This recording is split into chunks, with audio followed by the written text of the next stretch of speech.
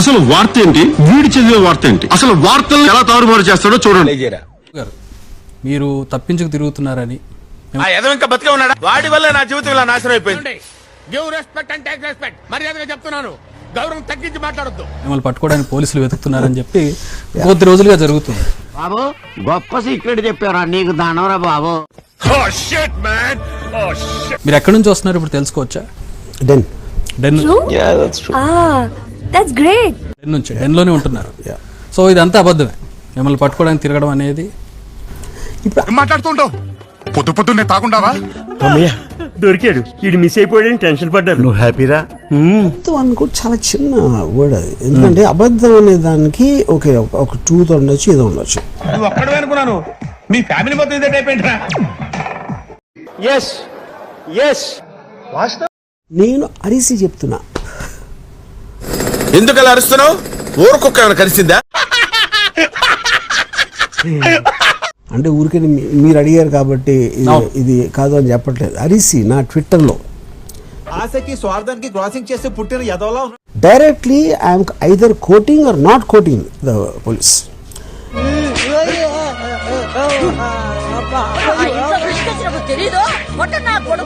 ఇప్పుడు అంతా ఇది ఏమైపోతుందంటే ఆల్ మైట్ అని ఇర్వింగ్ వ్యాలెస్ నావెల్ ఉంది, ఒక 30-40 years బ్యాక్ వచ్చింది.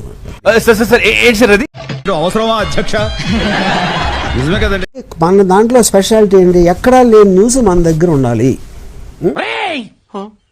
అలాంటప్పుడు ఎందుకు మొదలెట్టారా? నా మానాన్ని నేను మాడిపోయిన మసాలా దోశ తింటుంటే జ్యోతిలక్ష్మి డాన్స్ చేసినట్టు వినిపించకుండా కనిపించకుండా చూపించకుండా తినేసింది ఎవరు అని కొన్ని క్రైమ్ ఇన్సిడెంట్లు అన్ని సృష్టించి పేపర్ సర్క్యులేషన్ పెంచుకోవడానికి చేస్తాడు. అనుకున్నా అడు తిరిగి నా మీదగా వస్తాడు అనుకున్నా. సరే, ఇప్పుడు మీ ట్వీట్లు, మీ మీద పెట్టిన కేసులు, పోలీసులు, ఏపీ గవర్నమెంట్ అన్ని పక్కకు పోయి ఇప్పుడు మీడియా మీదకి వచ్చింది. సరిపోయింది. హీరో విలన్ కొట్టుకుని కమెడీని చంపేసినట్టు నా మీద పడతారండి. మీడియా కాదు, మీడియా అనేది ఒక్కటి కాదు కదా. ఫిల్మ్ డైరెక్టర్ అంటే నేను అందరు డైరెక్టర్ ఎప్పటి నుంచో కదా. మీరేంటో మీ విధానాలు ఏంటో ఇప్పటికి నాకు అర్థం అవరో బాబు. నా జీవితానికి ఏదైనా అసంతృప్తి ఉందంటే అది ఇదే. ఇప్పుడు ఏమైపోయిందంటే బికాస్ ఇప్పుడు ఫర్ ఎగ్జాంపుల్ నా కేసు డీటెయిల్ చూసాం. ఓకే ఎవరో మనోభావం, నేను ఒక ట్వీట్ ఏదో పెట్టానని చెప్పి దాని మనోభావాలు దెబ్బతిన్నాను, కేసు పెట్టాను. మంచి మాట మాట్లాడవరా? జఫానా జఫడా ఏంటది? జఫానా జఫడా పెద్ద మాట అన్నాడు సరాడు. దానికి నేను రిప్లై ఇస్తే ఏదో టైం అడిగాను. గజాల గారు చూస్తున్నారా వాడి చేష్టలు, వాడి బిల్డప్. నేను 11 o'clock చెప్పి రావాలంటే 10 o'clock నేను ఆ క్వశ్చన్ ఆ లెటర్ పెట్టాను. అన్నయ్య చాలా తెలివైనోడు అనుకున్నాను, నాకంటే తెంగరోళ్ళ ఉన్నాడు. 10:30కి వచ్చారు పోలీసులు. ఓకే, వాళ్ళు ఎందుకు వచ్చారు నాకు తెలియదు. అప్పుడు లేదు, అబద్ధం ఆడితే ఆకులు రాలుతాయి, టెస్ట్ చేద్దాం. మీడియా కూడా చూసారు. మీకు తెలుసా వాళ్ళు వచ్చారన్నప్పటికీ? Of course.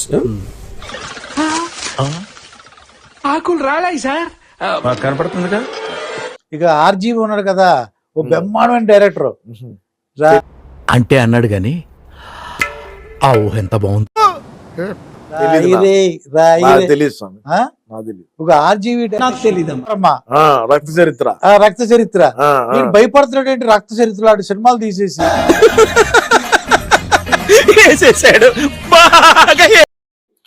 భయపడుతున్నాడు. ఏంటంటే ఆ అల్లర్లు జరుగుతాయి అనే ఉద్దేశం లేదు. కంట్రోల్ ఎవరు చాలు, వాడి పాపాను వాడు చేసిన పాపాలకి నేను పోయేటట్టున్నారు. ఎవడు కూడా మేకపోతు గంభీరం అంటారు. అంతే. నేను మరీ అంత ఎదవలా కనపడుతున్నారా? ఓ మాదిరిగా కూడా కనపడలేదా?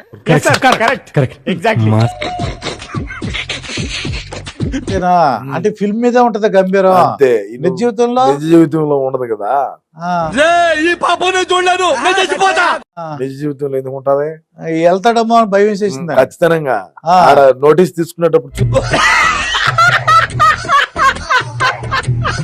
స్ట్రోక్ మీద స్ట్రోక్ చూడటం కాదండి, మీరు చెయ్యాలంతే.